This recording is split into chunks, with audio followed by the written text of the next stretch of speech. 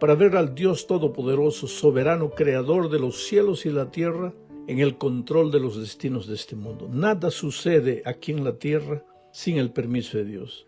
Y no tenemos que tener miedo de la noche, de la oscuridad, de las plagas, de la enfermedad. Nada tiene que atemorizar a los hijos de Dios. Por eso, cuando te sientas desanimado, frustrado, cuando pienses que ahora no puedes enfrentar tus compromisos financieros porque estás sin empleo, porque las cosas no van bien, levanta los ojos al cielo para ver que Dios nunca te dejó, no te abandonó. Él está en el control de tu vida. En segundo lugar, hay que levantar los ojos al cielo para ver que nuestra redención está cerca.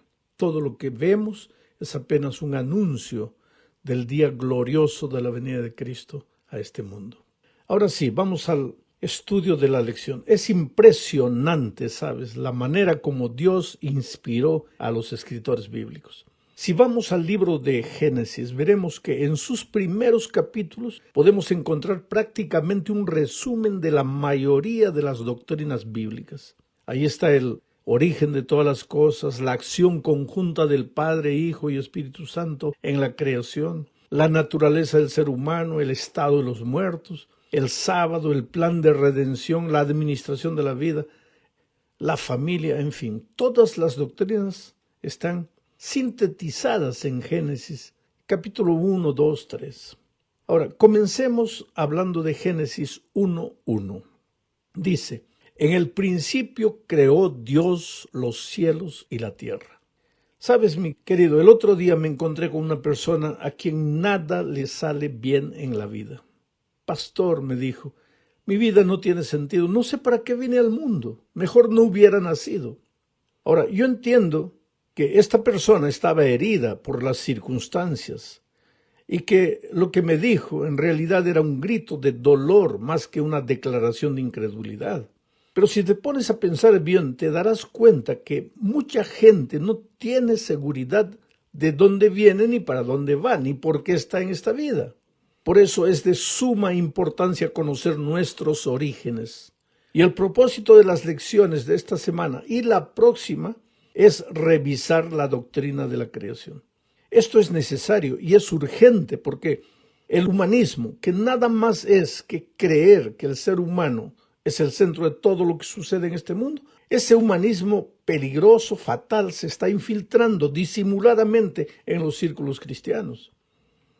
A estas alturas conviene hacer una pregunta.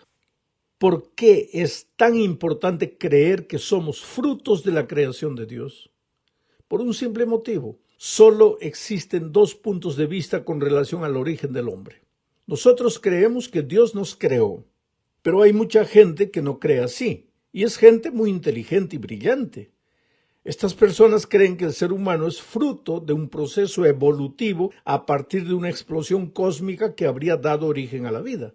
Ahora, si somos frutos de la evolución, entonces nuestra vida es una mera casualidad, nada tiene sentido ni propósito. Podríamos haber aparecido en el mundo como podríamos no haber aparecido, y eso no haría la mínima diferencia. Entonces sí, si fuimos frutos del acaso, como aquella persona que se quejó conmigo, pues tendríamos que preguntarnos para qué vinimos al mundo, para qué nacimos. Pero si por otro lado somos frutos de la creación de Dios, entonces la vida sí tiene sentido. Somos frutos del amor de Dios. Y Dios no hace nada sin un propósito. Él planeó nuestra existencia y todo, absolutamente todo, inclusive el dolor y las cosas tristes que nos suceden, tiene sentido. Bueno, el hecho de que Dios no hace nada sin un propósito está presentado en el mismo relato de la creación. Génesis 1:1 dice: en el principio creó Dios los cielos y la tierra. Este versículo, Génesis 1:1, presenta el relato general de la creación. Después, a partir del siguiente versículo, del 2, se presenta el relato específico, los detalles de cómo esa creación fue realizada. Es como si yo dijese, fui a Israel. Ese es el relato general. Fui a Israel. Corto, resumido. Eso es Génesis 1:1. En el principio creó Dios los cielos y la tierra. Ahora, después yo empiezo el relato específico de mi viaje a Israel, contando los detalles. Empiezo diciendo que fui con un grupo de amigos en una determinada compañía aérea, que el viaje fue de noche, que llegamos primero a Egipto y que desde allí nos fuimos por tierra para Israel, etcétera, etcétera, etcétera. Sabes, mi amigo, hay muchos teólogos que creen que Génesis 1:1 dice que Dios creó la tierra en un determinado momento de la historia y que esa tierra habría quedado abandonada durante millones de años, hasta que finalmente Dios decidió poner orden a la tierra que estaba desordenada. Ahora, esa idea puede parecer interesante para algunos, pero no combina con el carácter de Dios. ¿Qué sentido tendría la creación de una tierra que quedase abandonada durante millones de años? ¿Para qué Dios habría hecho eso? Pero aparte de las preguntas, si volvemos al relato bíblico, veremos que la propia narración nos da a entender claramente lo que dije al principio. El versículo 1 nos presenta el relato general y a partir del versículo 2 encontramos el relato específico. Quiere decir, el versículo 1 es el resumen de todo. En el principio creó Dios los cielos y la tierra. Punto. Dios creó. ¿Cómo creó? Eso lo vamos a ver a partir del versículo 2. Otro asunto que debe quedar claro es que la Biblia enseña que Jesús fue el agente de la creación. Juan 1:3 dice que todas las cosas por Él fueron hechas y sin Él nada de lo que ha sido hecho fue hecho. Hebreos 1:1 y 2 dice que Jesús hizo el universo. Debido a que todas las cosas tienen su origen en Jesús al principio, pues ahora podemos tener la esperanza de que al final de los tiempos Él completará lo que ha comenzado. Nuestra vida está centralizada en Jesucristo. Es a Él a quien tenemos que ver. Por eso es que no tenemos que temer de lo que está sucediendo en nuestros días, porque nuestra esperanza está centralizada en Jesucristo. El Jesucristo que estuvo presente en la creación, que estuvo presente en la redención y que está presente en el día a día de la vida de cada hijo suyo. Vamos ahora a la segunda parte. Aquí veremos los días de la creación. Los 3 primeros días Dios ordenó la tierra y los 3 siguientes días llenó el vacío de las cosas. El 7º día descansó y disfrutó de su obra perfecta. En los últimos tiempos, ¿sabes? Viene habiendo una tendencia a considerar que la semana de la creación no fue una semana literal, sino que cada día tal vez significó 1000 años o 1.000.000 de años, y que la semana de la creación es apenas una metáfora, una parábola, e incluso hasta un mito. Hay gente que piensa de esa manera. Esta manera de pensar surgió a raíz de la teoría de la evolución, porque la teoría de la evolución pues supone largos periodos de tiempo para explicar el desarrollo de la vida en el planeta. Pero, ¿qué enseña la Biblia sobre este asunto? ¿Por qué los días de la creación en Génesis 1 deben entenderse como días literales y no como días simbólicos? Bueno, en todo el relato de la creación, el escritor bíblico usa la expresión y fue la tarde y la mañana, y fue la tarde y la mañana, del día primero, el día segundo, la tarde, la mañana, y así hasta el último día, hasta el 7º día. Ahora, la palabra día en hebreo es yom. Ya sabes una palabra hebrea ahora, yom. La palabra día en hebreo es yom. Y se refiere, esa yom en hebreo, se refiere específicamente a un día de 24 horas. Inclusive se menciona la tarde y la mañana. No es nada simbólico, es un día literal. Inclusive la naturaleza literal de la palabra día se da por sentada cuando Dios escribió el 4º mandamiento con su propio dedo, indicando que el fundamento para el día de reposo sabático se basa en la secuencia de una semana literal de los 7 días de la creación. Dice, porque en 6 días fueron hechos los cielos y la tierra. Quiere decir que no podemos aceptar la idea de que esos 7 días fueron días simbólicos. Vamos ahora a la tercera parte de este estudio. Aquí estudiaremos la relación de la creación con el sábado. Mira, la palabra sábado en hebreo es Shabbat. Significa descanso, reposo. Ahora, ¿por qué digo que la palabra sábado en hebreo es Shabbat? Ahora tú ves la importancia de por qué teníamos que conocer un poco de en qué idioma fue escrito la Biblia, cómo fue escrito la Biblia, todo eso. Porque el tema de la creación, si no conocemos un poco de hebreo, no sabremos que la palabra día, yom en hebreo, significa un día de 24 horas. Y no sabremos que la palabra sábado viene del Shabbat, que significa descanso, reposo. Dios es todo eso, un Dios de paz, de Shabbat, de Shalom, de donde viene otro derivado, de tranquilidad, de sosiego y de reposo. Y cuando Dios creó al ser humano, no lo creó para que viviera la vida loca que vive hoy, sino para que estuviese tranquilo, que tuviese tiempo para todo y disfrutase de todas las cosas buenas que el Señor quería darle. Por eso, en la misma creación estableció Dios el principio del Shabbat, del reposo. Génesis 2, 1 al 3 dice, fueron pues acabados los cielos y la tierra y todo lo que hay en ellos. El séptimo día concluyó Dios la obra que hizo y reposó el séptimo día de todo cuanto había hecho.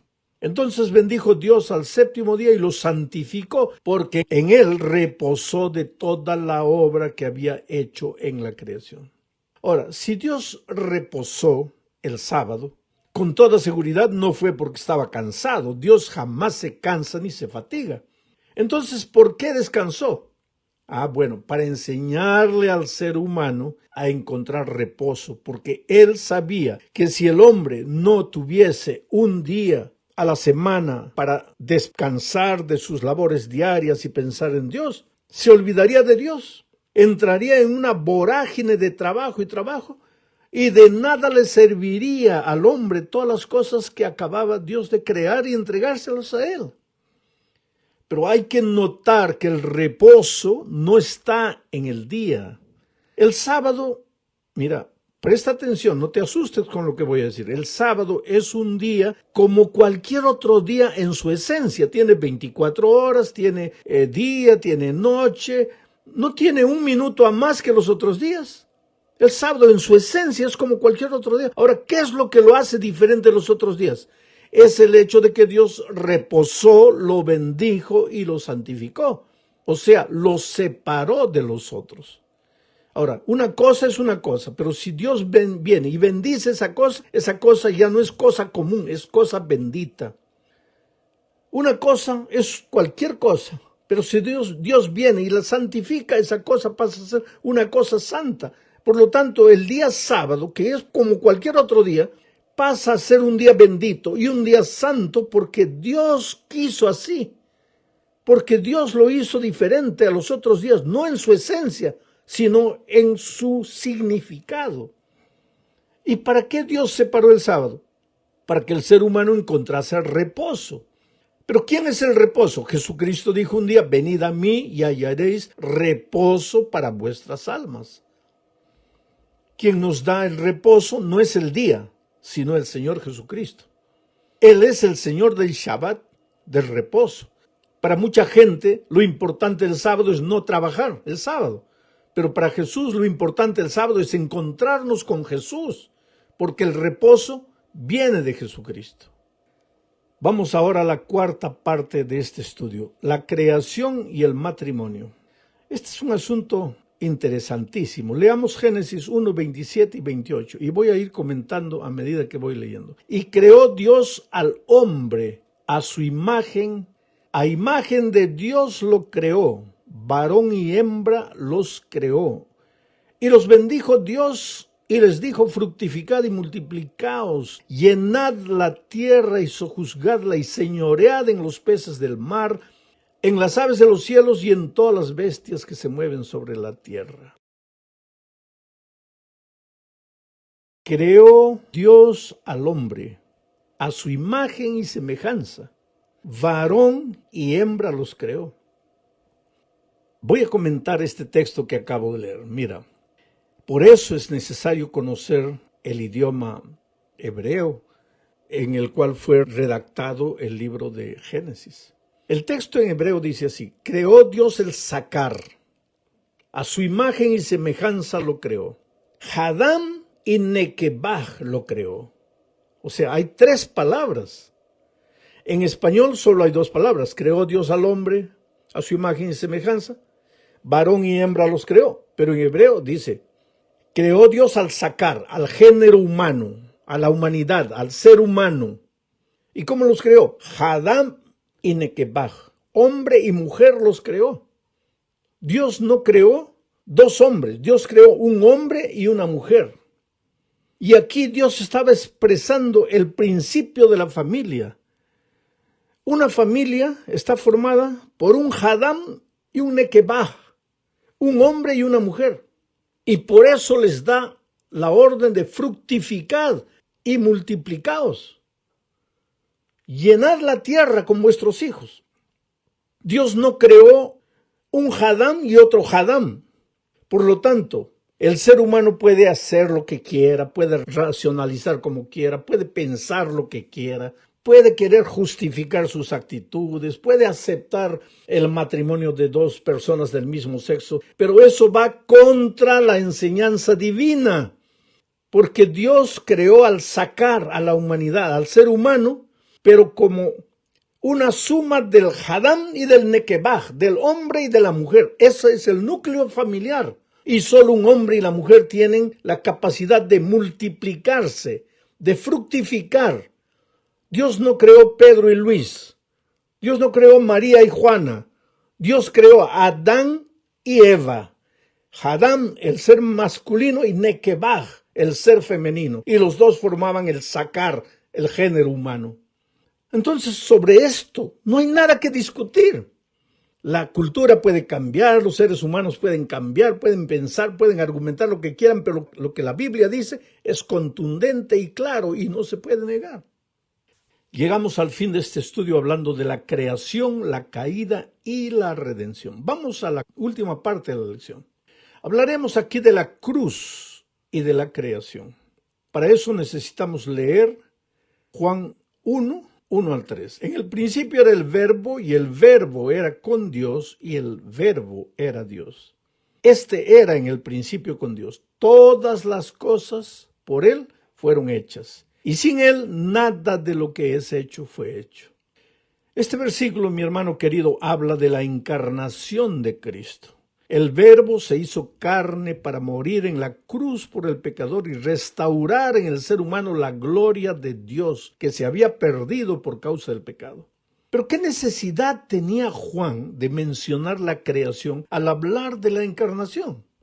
Es simple, en la mente divina no existe redención sin creación. Quiere decir, la encarnación y consecuentemente la muerte de Cristo en la cruz, la redención, fue por causa de la creación que había sido deteriorada por el pecado.